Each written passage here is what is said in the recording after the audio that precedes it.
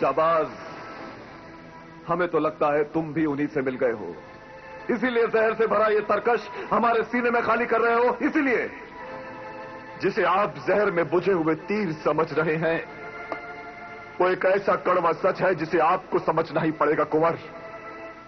सारा जहां आपकी मोहब्बत समझे, आप किसी की मोहब्बत नहीं समझेंगे। दोस्ती को ऐसे नाजुक मरहलों पर मत लाओ जाबाज। दोस्ती क्या यही है कि मैं हमेशा आप ही के हक में बोलता रहूं?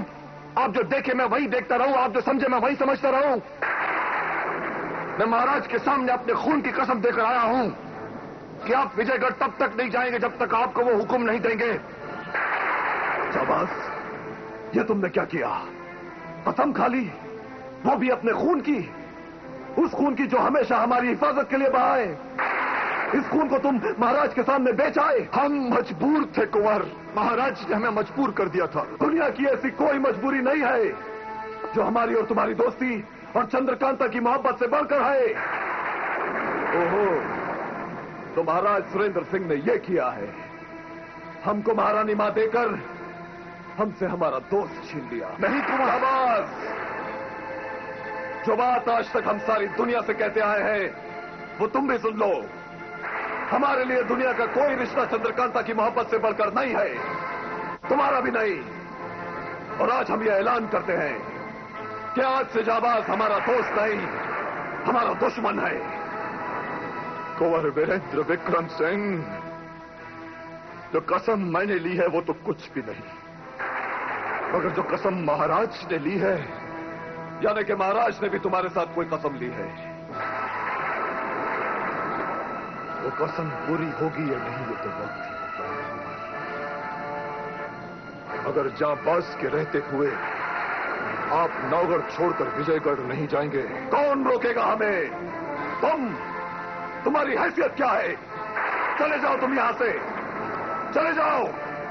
हम तुम्हें अपनी जिंदगी से खारिज करते हैं। तुम हमारी दोस्ती के लायक नहीं हो जाबाज, चले जाओ यहां से। कल सुबह हमें तुम्हारी सूरत नौगढ़ में नहीं नजर आनी चाहिए, निकल जाओ।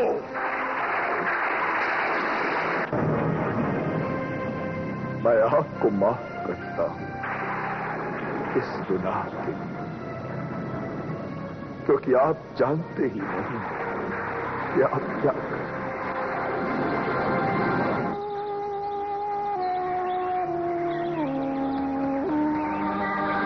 और फिर वो गजब हो गया जो नामुमकिन था, यानी कि साया अपने जिस्म से जुदा हो गया। जाबाज जिस तरह किसी अनजानी दुनिया से आया था, उसी तरह नौगढ़ और वीरेंद्र सिंह की दुनिया से एक अनजानी दुनिया में चला गया। जाबाज कहां गया, जाबाज किधर गया, वो कब लौटेगा, ये तो आने वाला वक्त ही बताएगा।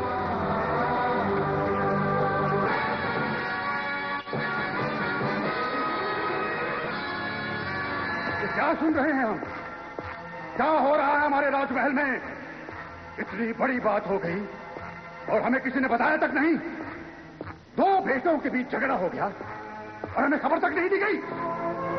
शाहबाज को राजमहल छोड़कर जाने क्यों दिया गया? कहां है सब लोग? कुंवर वीरेंद्र सिंह को बुलाओ। दीवान जी कहां है? फतेह सिंह, तेज सिंह, बुलाओ सबको। महाराज की जय हो। जाबाज जी ने जाते वक्त आपके लिए पैगाम दिया।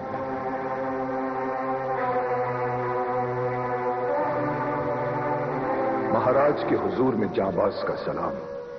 गुस्ताखे के लिए माफी मांगता हूं कि मैं बगैर इजाजत के नौगढ़ छोड़कर चला आया। उसकी एक वजह यह है कि कुंवर वीरेंद्र विक्रम कुछ अरसा अकेले रहकर यह सोचने पर मजबूर हूं कि सही क्या है और गलत क्या है। उन्हें समझाने की कोशिश की पर हमारी दोस्ती में दरार आ गई। आखिर में इतना भरोसा मुझ पर रखें कि मैं जहां भी होऊंगा नौगढ़ की भलाई चाहूंगा और खुद मुनासिब वक्त आने पर आपकी खिदमत में हाजिर हो जाऊंगा। तब तक मैं उस कांटे को ढूंढ निकालूंगा जो दो रियासतों के अमन और चैन का दुश्मन है, और मुझे पूरा यकीन है कि वो कांटा विजयगढ़ में ही मिलेगा। आपका आज्ञाकारी जाबाज। विजय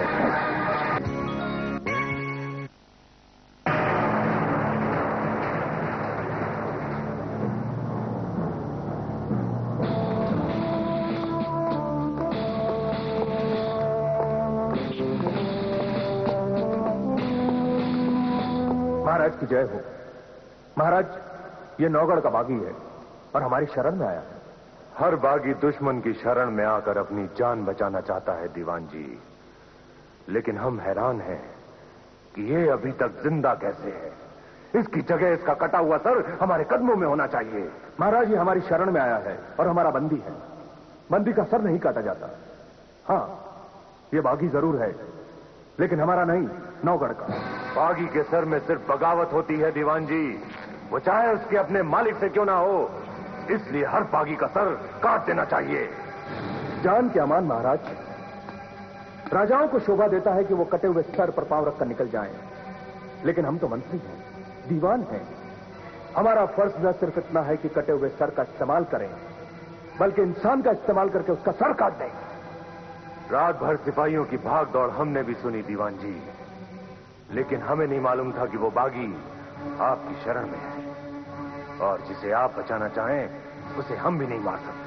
तेज सिंह, तू इस वक्त इस दरबार में जिंदा खड़ा है। जहां तू जिंदा खड़ा है वहां तेरी लाश बिछी होनी चाहिए थी। क्रूर, ना समझ और नादान है महाराज। उसे ना ही सियासत की समझ है और ना ही अय्यारी की। क्रूर, तुम बीच में दखल मत दो, और जो तुम्हारे सामने सर झुकाए खड़ा है, जिनके सिर झुक जाते हैं उनकी बात आप कभी मत मानिएगा महाराज। हर हारा हुआ इंसान बहुत ही घातक और खतरनाक होता है, सबसे बड़ा वार करता है। बोलो, तुम भी कुछ बोलो ताकि तुम्हारी असलियत जाहिर हो। महाराज, हर मजबूर और बेबस इंसान बहुत बकबक करता है, इसने भी की होगी। महाराज, आज आप मुझे रोकिएगा मत। मैं अपनी तलवार से इसका सिर कलम कर दूंगा, जिससे आप भी चैन से जी सकेंगे और मैं भी। तुम ठीक कहते हो क्रूर सिंह, इसका सर कलम कर देना चाहिए। महाराज, इतनी जल्दी क्या है? धीरज रखिए महाराज। तेज सिंह को एक दिन मरना ही है, लेकिन इस नादान क्रूर सिंह को कौन समझाए कि यार और राजदूत को मारा नहीं जाता, बंदी बनाया जाता है, कैद में रखा जाता है। हम भी यही चाहते हैं कि ये बेड़ियों में जकड़ा रहे, हमारा दुश्मन बनकर नहीं, हमारा साथी बनकर। दीवान जी, जो अपनों का नहीं हो सका वो हमारा साथी बनकर कैसे रह सकेगा? महाराज, वैसे भी ये अपनों से चोट खाकर आया हुआ है। यूं भी क्षत्रियों की शरण में दुश्मन भी आ जाए तो उसे सहारा दिया जाता है। महाराज, ये नौगढ़ के मजबूत किले की वो कच्ची ईंट है जिसके सहारे नौगढ़ को नीच तो नाबूद किया जा सकता है। मेरे आदरणीय पिताजी, मुझे लगता है कि इस चालाक अय्यार ने आप पर जादू कर दिया है। महाराज, कुंवर वीरेंद्र विक्रम की जगह जो अय्यार मारा गया वो इसी का छोटा भाई अजय है। जब मैंने इससे पूछा कि क्या तुम अपने भाई का बदला लोगे, तो इसने सच बोला, बदला जरूर लिया जाएगा, लेकिन यह मसला इसका और क्रूर सिंह का है। जो शख्स मेरे सामने यानी क्रूर सिंह के बाप के सामने सच बोल सकता है उसकी हम कद्र करते हैं। सच से बड़ा जादू कुछ नहीं होता। महाराज, आप कुछ सुन रहे हैं कि मेरे आदरणीय पिताजी क्या कह रहे हैं? मेरी मौत को मेरे ही घर में मेहमान बनाकर रखा जा रहा है। मुझे तो अपने आदरणीय पिताजी की समझ पर, बल्कि उनकी नासमझी पर अफसोस ही नहीं, हैरत भी है। क्रूर सिंह, तुम क्या उससे डरते हो? नहीं महाराज, मैं नहीं डरता। फिर भी दुश्मन को मौका क्यों दे? आखिर ये हमारे किस काम आएगा? ये नौगढ़ का सबसे बड़ा अय्यार है। तुम्हारे तीनों अय्यार मिलकर भी इसका मुकाबला नहीं कर सकते। ये नौगढ़ से टूट कर आया है। यदि इसे विजयगढ़ की जरूरत है तो विजयगढ़ को भी इस जैसे अय्यार की जरूरत है। इसे एक शर्त पर रखा जा सकता है। बागी अय्यार, क्या तुम हमारी शर्त पूरी करोगे? मुझे आपकी हर शर्त मंजूर है महाराज। कुंवर वीरेंद्र विक्रम और उसके दोस्त जाबाज को तुम हमारा बंदी बनाओगे और उन्हें कैदी बनाकर हमारे सामने लाओगे। इतना यकीन दिलाता हूं कि अपना फर्ज निभाने में किसी तरह की कमी नहीं आने दूंगा। फर्ज निभाते हुए चाहे मेरी जान ही क्यों न चली जाए। इसे हमने अपनी खिदमत में कबूल किया, लेकिन जब तक ये अपनी सच्चाई का सबूत पेश ना करे, इस पर कड़ी निगाह रखी जाए। दीवान जी, महाराज, इसे अपनी साथ वाली अटारी में रखने का इंतजाम किया जाए। क्रूर, महाराज के हुक्म की तामील हो। महाराज के हुक्म की तामील जरूर होगी मेरे यज्ञ पिताजी। ए सिंह, मौत के मुंह में सर दे रहे हो। यज्ञ चले। यज्ञ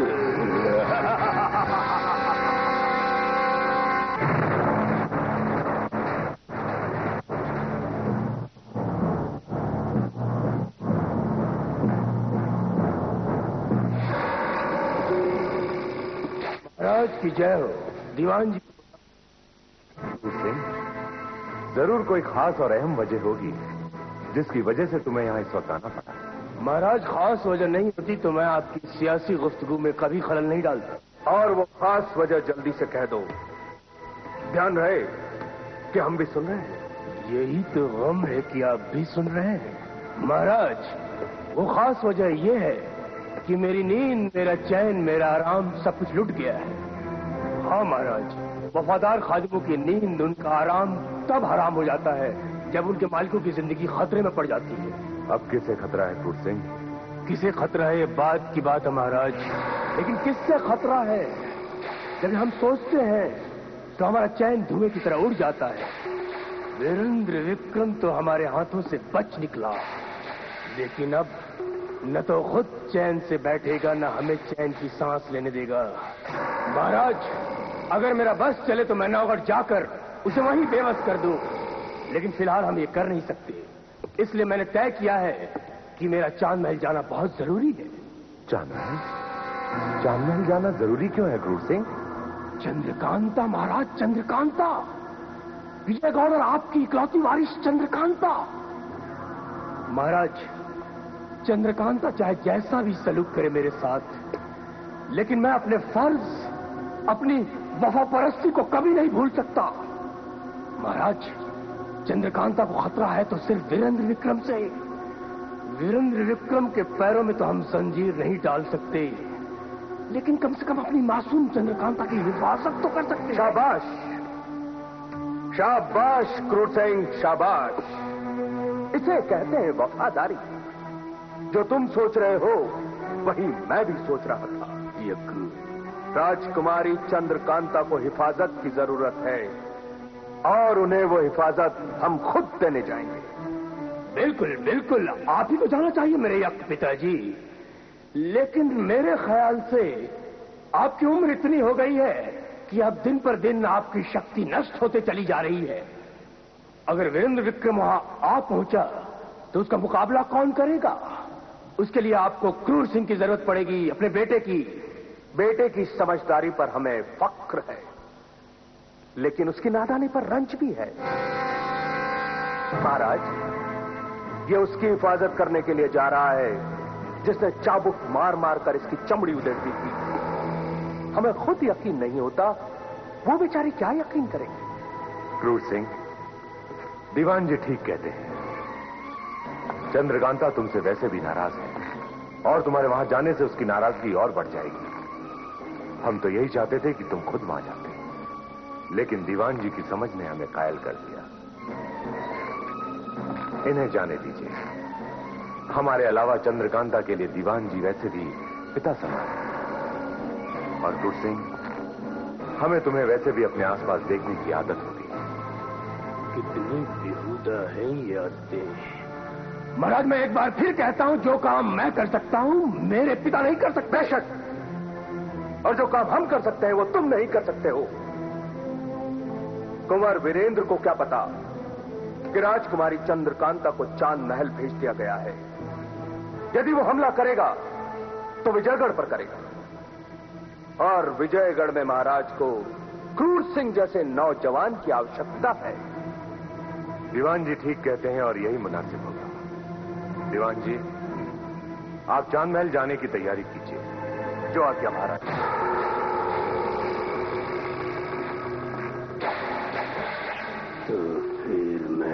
आपके जाने का इंतजाम करता हूं। मैं महल में दीवान कुंवर सिंह का स्वागत है। महल में दीवान कुंवर सिंह का स्वागत है।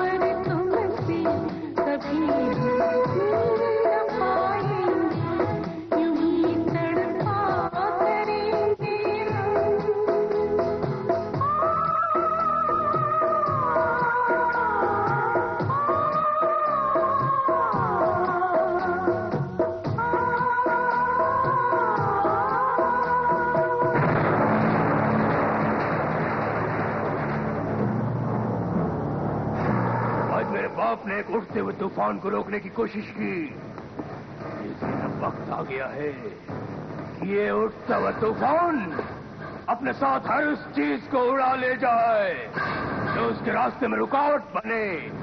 और फिर मैं तो वो उमड़ता हुआ सैलाब हूं जिसे चट्टान तो क्या पहाड़ भी नहीं रोक सकता। अब वो चाहे मेरा